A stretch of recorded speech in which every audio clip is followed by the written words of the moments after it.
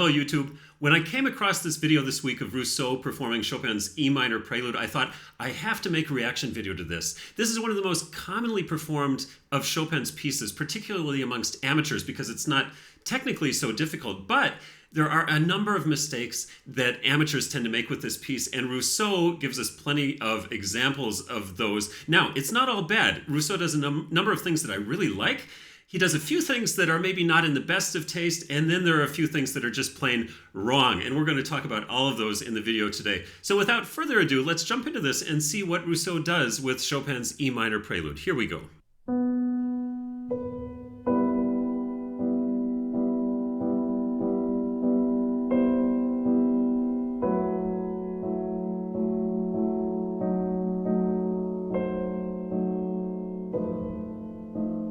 Interesting.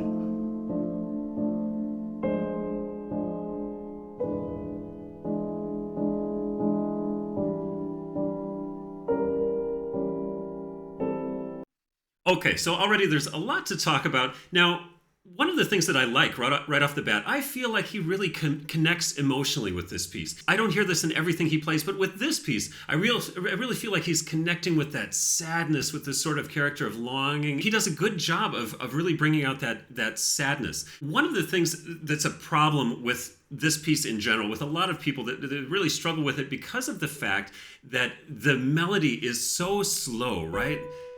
And these notes last forever. And then in the meantime, we have these things in the left hand, these chords that tend to cover up these notes, which in the right hand decay so quickly. And the issue is, how do you deal with that? And I want to talk right off the bat about two factors and how they play out in Rousseau's playing. Now, first of all, I think he does a very good job with understanding that the melody needs to be stronger than the left hand. We've talked about that in other videos, and he does a pretty good job of separating the right hand from the left hand, really bringing out that melody. But the problem is, in this piece, in this tempo, those notes will die so fast, okay, and the left hand is going to be plodding over them.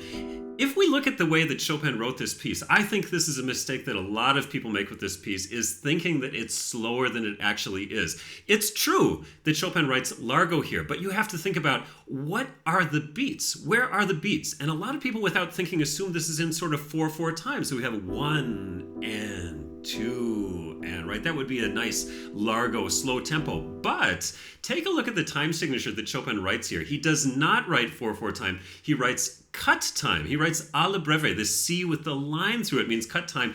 And that makes all the difference in the world, because that means he's thinking in groups of 2. And so when we have a slow tempo, but in groups of 2, 1, 2, 1, 2, and so forth, that really helps those notes on the top to carry longer. It makes it more of a singable melody. And my hunches, although we can never be sure because we can't ask Chopin about this anymore, but my hunch is he envisioned this piece quite a lot faster than some of the extremely plodding tempi that we hear today when people perform this piece.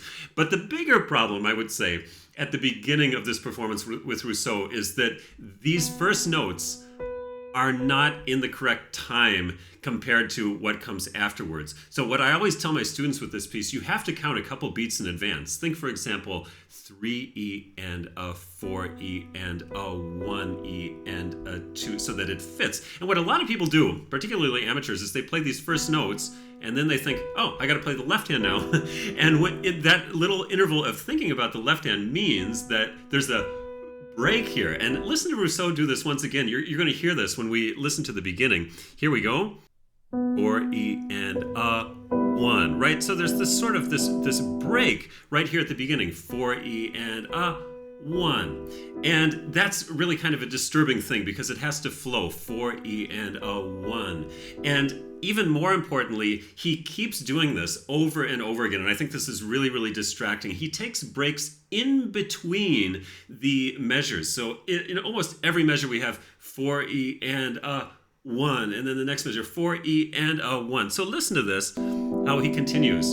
3, 4, and 1. Big break there, right? 3 and 4 and 1 and 2 and 3 and 4 and 1. And the thing with rubato is, rubato meaning this stretchy kind of time that we have in Chopin, is that it cannot become too predictable. If you do the same thing every time, it loses its impact. You know, it's like sometimes compared to somebody who swears in every sentence, right? It starts to not mean anything anymore.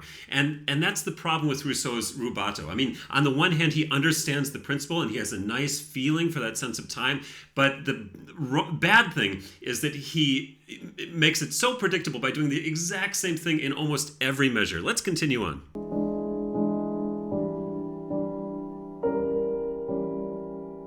Waiting, right? And waiting. Really, really strong. But now, at the same time, like I said, it does have this sort of sense of sadness and longing, and I like that. I think he does a good job with that here. Waiting again.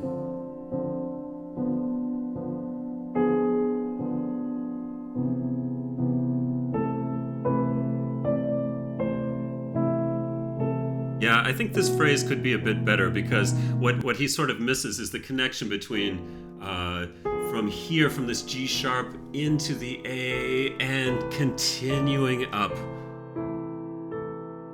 Sort of a crescendo and nice diminuendo. Let's continue on. Again, waiting over the bar line, a little bit repetitive, actually quite strongly repetitive. And here, you know, these grace notes in Chopin, when we have something like this, instead of playing, these should actually be on the beat. And the reason for that, Chopin actually talked about this. The reason for this is that if we play it before the beat, we land on a nice stable harmony. But when we play this note on the beat, it creates so much more harmonic tension because we have the note that doesn't fit with the chord, which resolves down to the note that does. So actually performing them on the beat, even though they don't look that way on the page, these are known as appoggiaturas, and they should really come on the beat so that we have that sense of harmonic dissonance. There's a couple places in this piece where that happens. Let's continue on.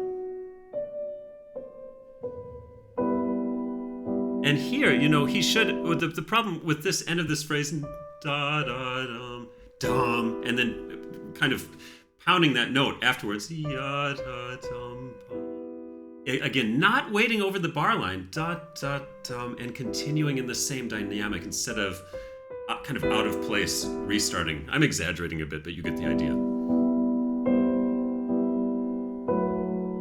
Again, waiting. Every single bar line he's waiting. Right? Okay, it's really disturbing after a while. It would be great if you did it every now and then, but not so much.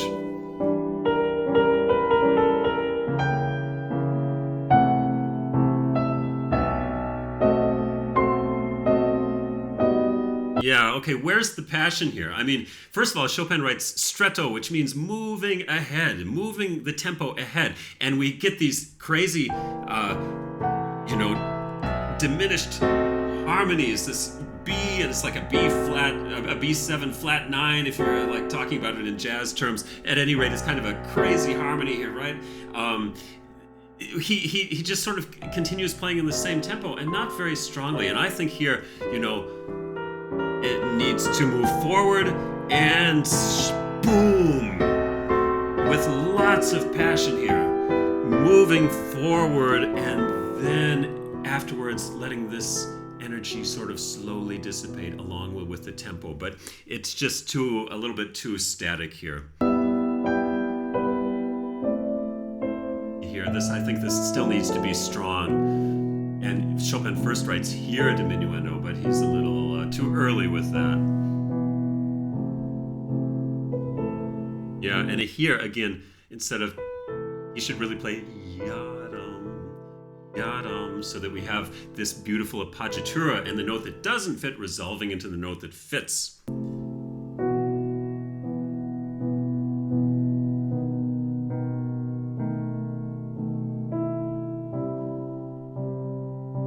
Yeah, Yeah, this is such an interesting spot because, of course, we've heard this piece so many times, we know how it goes. But if you can kind of forget about already knowing this piece, what we're expecting here, what Chopin sets us up for, is this.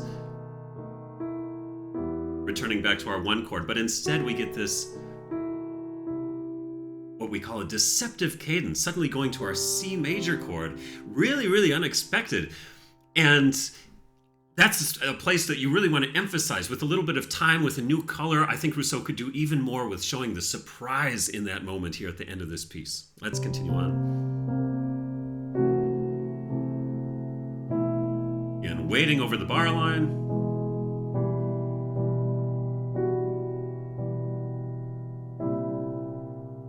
Now, this spot is very problematic. We'll talk about it in just a second.